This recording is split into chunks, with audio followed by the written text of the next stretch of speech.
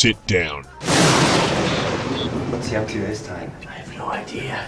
Listen up. I'm giving each of you $100 to go online and buy a 2-meter HDMI cable.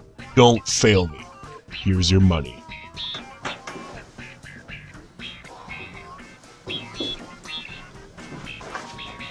Now get out.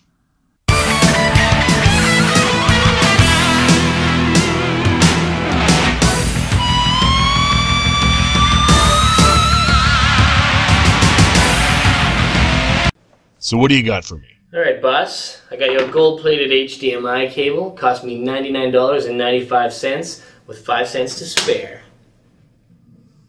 Okay, what about you? Well, boss, I got you the 2-meter HDMI cable, and I had some money to spare.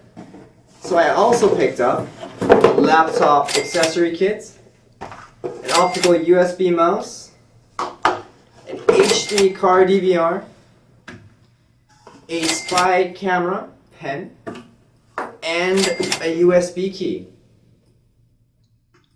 And I saved you 20 bucks. Maybe this is a ripoff. GF bought all this stuff for less. Get out of my sight.